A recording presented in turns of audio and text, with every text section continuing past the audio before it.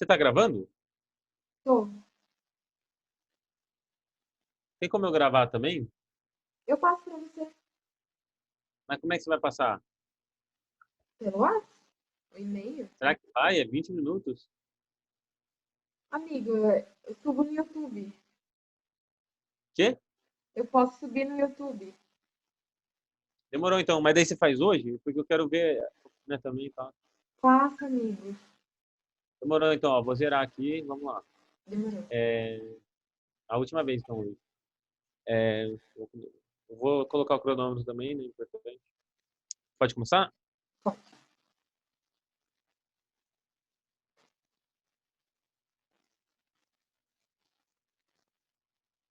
Boa noite. É um prazer em ter vocês aqui hoje. Meu nome é Felipe Augusto de Mello Eu sou a Lavínia. e iremos apresentar o nosso projeto de graduação, o nosso trabalho de graduação. Novas metodologias no ensino de geografia, desafio educacional do século XXI. Bom, como o título mesmo coloca, existe um desafio educacional nos dias de hoje. E o nosso trabalho vem para propor soluções criativas que possam inovar o ensino. A introdução, a gente coloca a educação como um compromisso social. E por que ela é um compromisso social? Porque o professor ele tem a responsabilidade não só de passar a teoria ou conteúdo de geografia, mas também de fazer parte do processo de construção da cidadania do aluno. O aluno ele precisa sair da sala de aula muito melhor do que ele entrou, com valores e virtudes que ele possa reverter para a sociedade. O papel do docente, nesse sentido, é justamente de mediar o conhecimento. O professor ele já estudou vários anos e ele tem o conhecimento e está apto a repassar isso aos estudantes. Mas os alunos não, os alunos têm esse papel de aprender. Então, o professor ele precisa auxiliar para que o aluno possa integrar esses conhecimentos e efetivamente aprender. Dessa forma, o papel do docente é também de analisar o espaço em que ele está inserido para dar aula e o perfil da sala de aula. Então, analisar quais são os recursos disponíveis, se é uma escola que demanda de bastante recursos ou se não, e qual que é o perfil desses alunos, se são alunos participativos, desinteressados, e através dessa análise, o professor ele pode concluir qual a melhor metodologia que ele vai aplicar dentro de sala de aula. Com isso, a gente quebra a pedagogia tradicional. A pedagogia tradicional ela está defasada, ela não funciona mais no ensino. O professor ele não pode mais engessar o ensino, ser o detentor de todo o conhecimento. Né? E nesse sentido, as novas metodologias elas trazem ações mais criativas e que são capazes de tornar a pedagogia muito mais eficiente. Dessa forma, a gente traz também o método freiriano. O método freiriano, ele diz para a gente que o ensino, acima de tudo, ele precisa fazer parte do desenvolvimento pessoal do aluno. Então, aquele conhecimento que ele está adquirindo, ele precisa ter um significado para o estudante. E tendo um significado, ele vai ser muito mais difícil de ser esquecido. E mais do que isso, ele vai apresentar uma utilidade. Porque todo conhecimento, ele tem uma utilidade, ele não é passado aleatoriamente. Então, dessa forma, desenvolvendo o pessoal, a gente consegue reverter isso para a sociedade de uma forma muito mais positiva. Pode passar.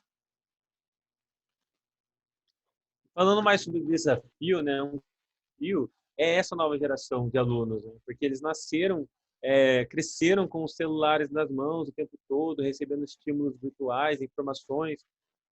Então, essa nova geração, ela traz uma necessidade, né, uma urgência, uma inovação do meio educacional, né?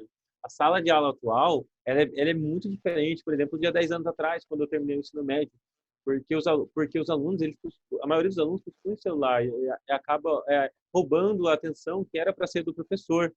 Então, essa sala de aula atual, ela é um grande desafio educacional. Então, é preciso que a educação ela se beneficie também do meio técnico-científico informacional, porque a saúde se beneficia, né, a produção, a comunicação. Então, está na hora também da educação ela se beneficiar diretamente do meio técnico-científico informacional, dos benefícios, dentro da sala de aula, né, trazendo uma inovação pedagógica. Eu e a Lavínia, né, a gente começou a fazer essa pesquisa durante a nossa passagem do programa PIBID, que lá a gente teve o nosso primeiro contato com a sala de aula. E a gente percebeu que quando os professores faziam as oficinas, as aulas, só com a lousa, com o giz falando, né, uma aula mais expositiva, normal, os alunos não tinham muito interesse. Mas quando o professor ele trazia uma metodologia ativa, né, ou até mesmo recurso tecnológico como o celular, né, dentro da sala de aula, os alunos eles demonstravam mais interesse, né, em participar da aula. E tanto que eu e a Lavínia, a gente fez uma oficina e utilizou o celular, né, uma oficina de cartografia, com uma bússola digital. E foi a primeira vez que a gente conseguiu realmente se aproximar dos alunos, né? Porque realmente o celular, ele tá no cotidiano do aluno, e a gente trouxe esse cotidiano para o processo de ensino. Então, o nosso objetivo na pesquisa é pesquisar e entender os impactos que novas metodologias causam para o ensino da geografia, e como recursos tecnológicos podem beneficiar o ensino geográfico. Bom, a primeira metodologia que a gente utiliza no trabalho é o Design Thinking. O Design Thinking ele é um método desenvolvido pelo Tim Brown, sendo uma ferramenta do ramo empresarial. Então, os designers eles desenvolvem metodologias com o significado de inovar centrado na pessoa. Dessa forma, a gente trouxe uma tabela explicando mais ou menos como é que o Design Thinking funciona. Os três pilares do Design Thinking o primeiro, a inspiração. E na inspiração, a gente idealiza o projeto e abre espaço para novas ideias, no caso, a multidisciplinaridade, que é muito importante. E no segundo estágio, a gente tem a ideação. E nesse estágio, a gente tem o brainstorm, né, a chuva de ideias, com o rascunho e a comunicação entre os integrantes. E que dessa forma deve ser realizado de forma colaborativa, né? Todas as ideias, elas possuem uma importância, mesmo que elas não apareçam no resultado final. E uma coisa muito interessante do Design Thinking é que o processo de desenvolvimento da dinâmica possui mais importância do que o resultado final. E o terceiro estágio, o de implementação, em que a gente sai do abstrato e realmente concretiza a dinâmica, realizando e testando. Esse método ele é muito interessante, muito criativo e ele foi adaptado para outras áreas, principalmente para a educação, para o contexto educacional. Eu conheci o Design Thinking através de uma experiência no projeto de extensão universitária, o NEPAC, e a gente desenvolveu essa atividade com os moradores do bairro do Rio Comprido. E tendo isso em vista, eu pude estudar mais e sugeri que a gente utilizasse isso também na escola que a gente atuava no PIBID. Pode passar. Nessa escola, a professora trouxe um desafio para a gente que ela estava passando em sala de aula. O primeiro ano B, ele apresentava uma interação entre os alunos um pouco conflituosa, porque alunos novos, eles não foram bem recebidos, né, nessa escola que a gente estava atuando. A situação dos predinhos, ela vem para explicar esse contexto. Teve a construção de um conjunto habitacional no Jardim das Indústrias, que dividia espaço com um condomínio de alto padrão, que é o Grande Esplendor. Nas fotos, a gente traz, então, esse conjunto habitacional, chamado pejorativamente de predinhos. E na segunda foto, a gente tem essa análise do espaço geográfico, em que é uma divisão de território que mostra muito essa desigualdade social entre as classes. Então, o condomínio residencial Mirante do Limoeiro, que é o conjunto habitacional, ele divide espaço com um Grande Esplendor. E nisso, houve um conflito de urbanização, né? Algo muito presente na segregação espacial que a gente estuda em geografia, e que também está muito ligado com a proximidade que a gente tem ali da escola. É a única escola que os moradores do Jardim das Indústrias têm para poder estar utilizando. Pode passar.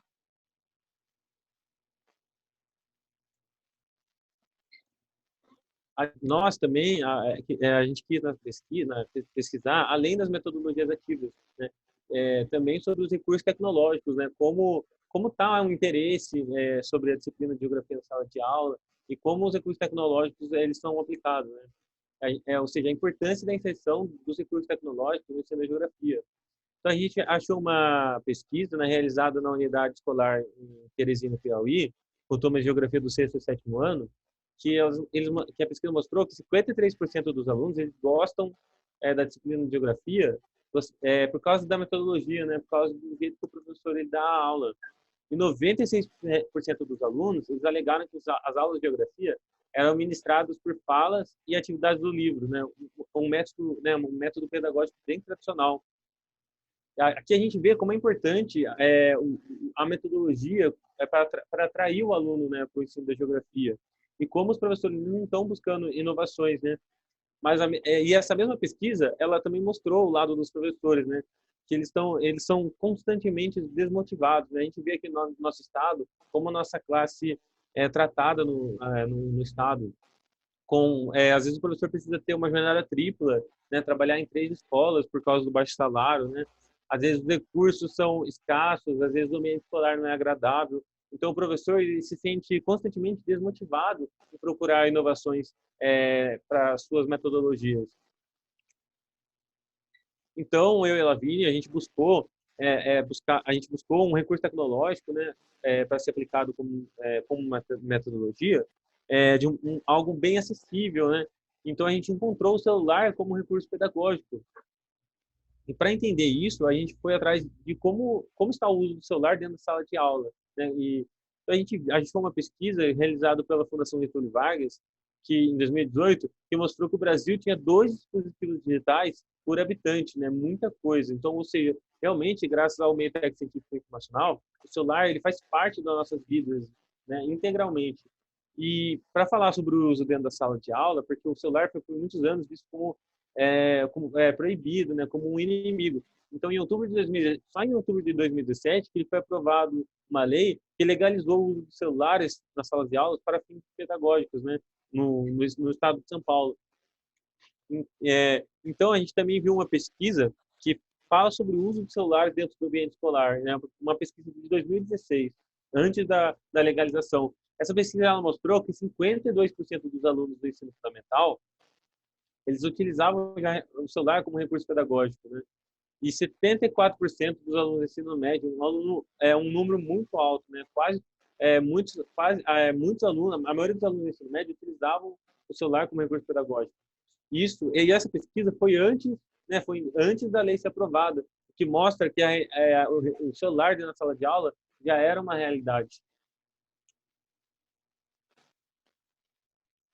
Então, tendo essa metodologia de pesquisa da situação do espaço geográfico do Jardim das Indústrias, eu propus que a gente colocasse isso, então, tendo em vista esse desafio que a professora apresentou.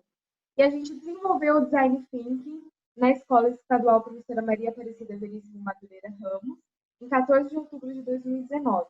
Foi proposto para os alunos que eles desenvolvessem um boneco, um personagem, colocando identidade e pertencimento a esse boneco. Ele deveria representar a turma. E os alunos também foram auxiliados a concordar em todas as características e definições que eles fossem desenvolvendo. Ou seja, eles deveriam ser unânimes nas escolhas que eles fizessem a respeito desse boneco. Nós, do PIBID, a gente só auxiliou essa atividade. A ideia é que os alunos fossem protagonistas da dinâmica. E sendo assim, eles criaram o Ariel. O Ariel, ele é um personagem sem gênero, ele tem 16 anos, ele é morador do Jardim das Indústrias, ele tem 2 irmãos e pais divorciados, a cor favorita é preto azulado, o gênero musical favorito é eclético, a matéria favorita é matemática, no tempo livre vê séries, mexe no celular, pratica esportes, e a gente pediu também que os alunos desenvolvessem ações sustentáveis que o Ariel pudesse praticar, atendendo também a demanda do PIBID, que era colocado para a gente, de trabalhar a sustentabilidade em salas de aula.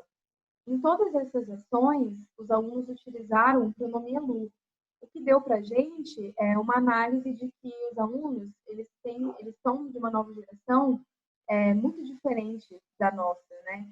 Eles têm muito mais moderno, então eles puderam desenvolver também a empatia uns com os outros e tornar dessa dinâmica extremamente colaborativa. Depois da definição das características do personagem, a gente propôs que eles fizessem isso de forma artística, concretizando a dinâmica. E eles construíram, então, um boneco Ariel com materiais recicláveis, né? Então, fazendo jus ao desenvolvimento sustentável, e que fosse também uma abordagem lúdica e prazerosa para eles estarem desenvolvendo. Pode passar. Dessa forma, os resultados que a gente teve com o Design Thinking foi a identificação e pertencimento, né? Então, no caso, eles criaram um boneco que representasse a turma E o professor, ele pôde ser o mediador e agente transformador do espaço. Ou seja, o resultado que isso teve foi um feedback da professora, semanas depois, dizendo que a turma realmente ela melhorou, ela apresentou resultados satisfatórios que ela queria. Né? Os alunos eles puderam quebrar o preconceito que eles tinham entre si e colaborar mais em sala de aula, participando mais ativamente da aula. Com isso, a gente teve uma contribuição educacional aos alunos e também aos licenciandos com essa oportunidade enriquecedora que foi ter isso durante a graduação para o nosso vídeo, né? Eu trago uma citação também do filósofo e pedagogo John Dewey, que ele diz que a educação como um processo social e a escola como uma miniatura da sociedade. E foi justamente isso que a gente percebeu. A escola, ela funciona como uma mini sociedade em que a gente tem que trabalhar ali conceitos da teoria de geografia, mas também a cidadania, né? Então, o resultado que a gente teve ali, ele também reverbera na sociedade. Pode passar. E essa é uma foto do projeto que foi desenvolvido, nós com os alunos. Pode passar. Sobre os resultados da nossa pesquisa sobre recursos tecnológicos, a gente encontrou o celular como uma ferramenta lúdica no processo da geografia, né? Porque através dele é possível acessar aplicativos acessíveis e gratuitos de realidade aumentada e sites que podem trazer metodologias modernas para a geografia na sala de aula. E o lúdico ele é muito importante para a nossa disciplina de geografia, porque ele aproxima o aluno, né, e desperta sua curiosidade em entender mais sobre o meio que está inserido, entender o espaço geográfico. E na nossa pesquisa, a gente encontrou alguns aplicativos e sites, né? Então, eu vou falar rapidamente sobre dois deles aqui na apresentação. Um é o MargenCube, que ele é um aplicativo que você baixa na Play Store gratuitamente, e você imprime um cubo que você gratuitamente também, um molde de um cubo. O professor, ele inclusive pode até pedir para os alunos montar o cubo, e você aponta a tela do seu celular para o cubo e ele vai projetar uma imagem em 3D na tela do celular, né? É uma coisa extremamente lúdica. Então, vou mostrar para vocês rapidamente um vídeo mostrando. Por exemplo, aqui, ó, ele está projetando na tela do celular as placas, o planeta Terra, né, com as placas tectônicas, né? Isso é muito interessante para ser utilizado, por exemplo, nas aulas do sexto ano de Geografia Física, sobre as aulas da dinâmica interna da Terra. Pode ser projetado, né, as placas tectônicas, aqui no caso, mas também as estruturas internas de um vulcão, né? Olha como isso deixa a educação lúdica, né? E imagina o interesse dos adolescentes, né, na hora de eles trabalharem com isso. Realmente, o interesse e a curiosidade vão ser despertados. Outro aplicativo também muito interessante que eu quero mostrar aqui é o Local Lingual.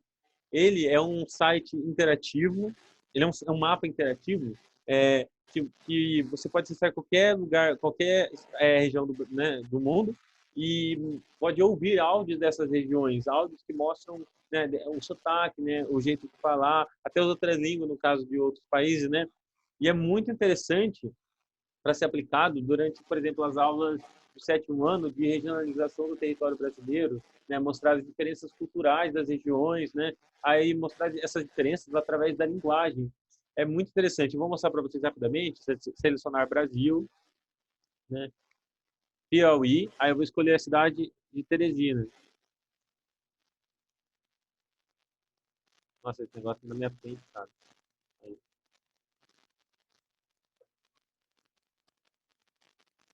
Vou abrir um áudio rapidamente para vocês verem como funciona.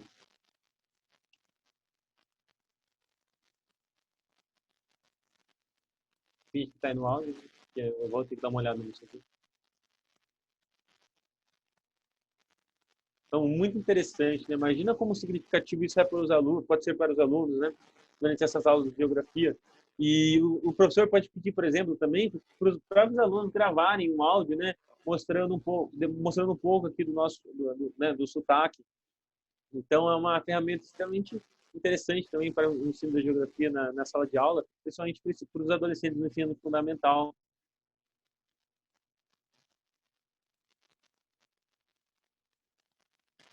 Bom, e como conclusão, a gente tem a efetivação do conhecimento através de abordagens lúdicas, né? Como o ensino lúdico, ele pode proporcionar uma pedagogia muito mais inovadora, né, através dos recursos disponíveis da escola, sendo aplicado, então, através do desenvolvimento sustentável, com materiais recicláveis, ou até mesmo a inserção das tecnologias, transformando o ensino de forma que isso vire contribuição pessoal aos estudantes e aos professores e social, revertendo para a sociedade de maneira muito positiva. Então a gente conclui que é muito, né, que esse trabalho ele trouxe para a gente como é importante despertar a curiosidade do aluno, né, principalmente para a nossa disciplina de geografia, né, porque a curiosidade vai fazer o aluno buscar entender o espaço, né, e entender o espaço geográfico que ele está inserido. Então é muito importante despertar a curiosidade do aluno. Eu, te, eu, eu termino a apresentação com uma frase do Paulo Freire. O educador que, ensinando geografia, castra a curiosidade do educando em nome da eficácia da memorização mecânica do ensino dos conteúdos, tolhe a liberdade do educando e sua capacidade de aventurar-se.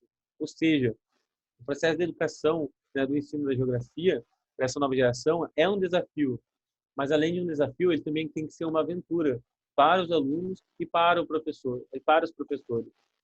É isso.